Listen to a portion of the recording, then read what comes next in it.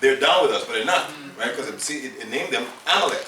And the Most High gives like straight command and says, remember what Amalek did unto thee by the way, when ye were come forth out of Egypt. Okay? I got something. Yes. Just going into what you're going to, because there's different houses that are in Edom. Right? Yes. So this is Genesis chapter 36, verse 15. It says, these were the dukes of the sons of Esau. And you notice it says dukes. What does duke mean? A duke is like a lord, a ruler. So like Esau, he's royalty on the left-hand side. And it says, the sons of Eliphaz, the firstborn son of Esau, Duke Teman, Duke Omar, Duke Zepho, Duke Kenaz, Duke Korah, Duke Gatam, and Duke Amalek. There you go. These are the dukes that came of Eliphaz in the land of Edom. These were the sons of Adah. Right? Right. So Amalek is their what you call a spiritual arm, their so-called spiritual arm that control all of religiosity on this planet. Okay. They created Islam. Okay. What else? Christianity. Right. Judaism. White supremacy Christianity. And liberalism. Go ahead. And liberalism. And liberalism. Everything you say. And sexualism. Right. Any kind of ism. Because with the Polish, that's what they did to bring in the Polish nation, which is one of their people. So this guy don't play around, man. This guy doesn't give a crap about anybody, neither himself, because with the 5G network, also destroys him too. Yeah. Right? That's what it says. If you give him the fear of Beastman in that Planet 8, it said the Beastman, even his brother, he'll attack, paraphrasing, and he will kill himself. That's right. He will destroy his own land. You know, Black Lives Matter. Let me go on, right? Because this thing is being updated as we speak. All those movements you see, George Soros, right? That's a Khazar that goes back to Amalek, that son of a gun. So all these sedition movements you see, right? The Most High put that what do you call that? Iron and clay spirit on them, so they may not cleave, and that's a bad blood. That's what the brother was talking about. They act like they're separate, but no, the Lord put that bad blood in them to expose them. But the real thing is that they're going after war against us. That's what it's all about. What the brother just read there. I got a scripture for you. Yeah, go ahead, bring it out. This is a definition of Amalek in the Zondervan Bible Dictionary. Amalek, son of Eliphaz, eldest son of Esau. By his concubine, Timnah. Yeah, well, it goes into something else, but this is shows you that Amalek is of Esau. You know? I even got that word duke too. Yes, go ahead, bring it out. Brother read is in the etymology. It says a sovereign prince, governor of a province. So all the dukes that he's reading out, these were like princes out of that family. Hey, listen, man. Every street that you see that is named here in North America, it's after one of those sons of bitches.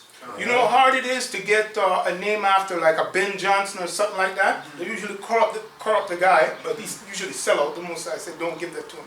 But all those streets, all of them things, all those names and titles, they're all named after those people. So that's what that scripture is bringing out as well.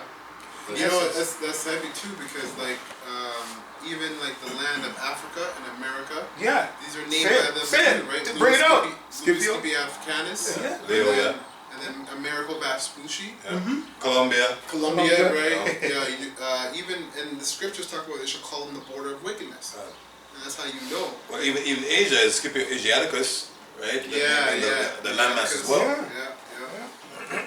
And this is all because they're fugitives and vagabonds. They have to steal to own. And hide. Exactly. That's why they're called what? Come on, gutter rats. Hey, that's your real name. It doesn't matter. It is what it is. Right? You snuck up behind us when we were coming out and took the weakest. Right? And you're still doing the same thing today. I did that to Gad as well. Yeah. I got a scripture. Go ahead, bring that. Psalm 49 and 11. The inward thought is that their houses shall continue forever, and their dwelling places to all generations. They call their lands after their own names.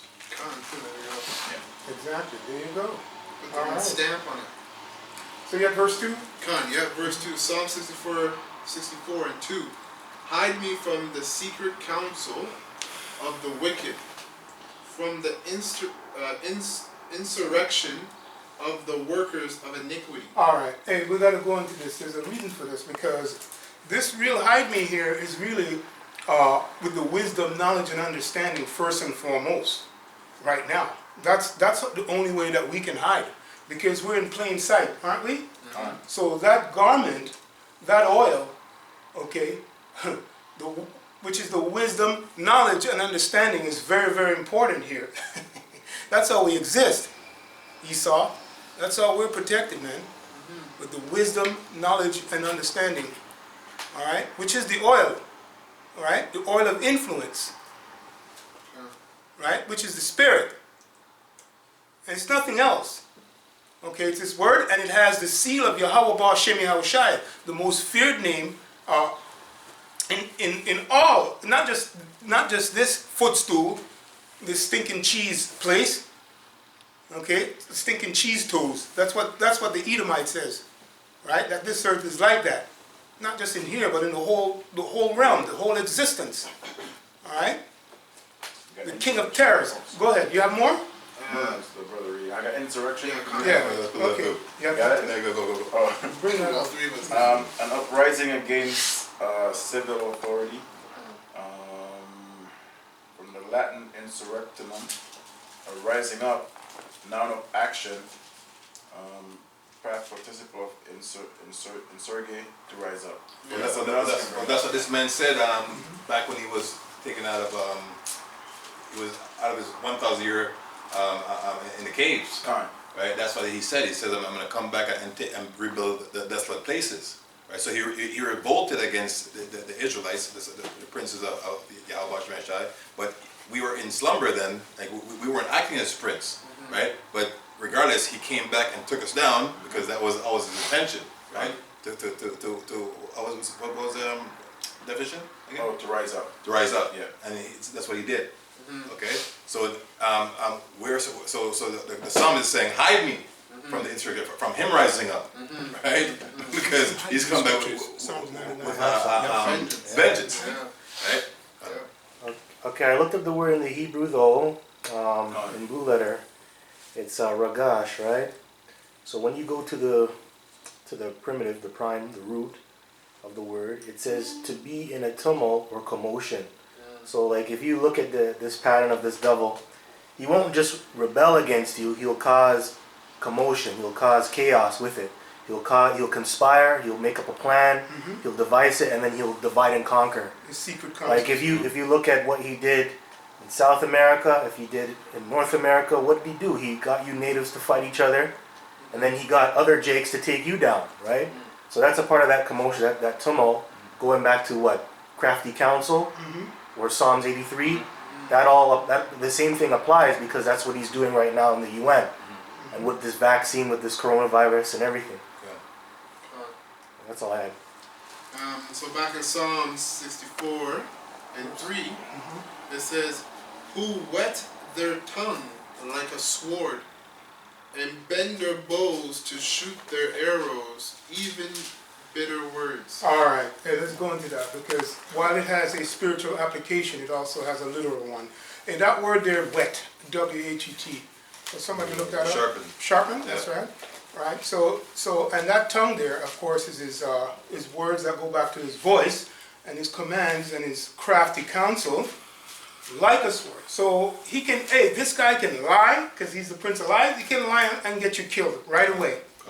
You know, if you're not coming in the spirit of Yahweh Ba Shem Yahushai. Okay. Well, that's when he comes at you when he comes in that spirit, because he comes in the spirit contrary to Yahweh Shem Yahushai. He's cool with you.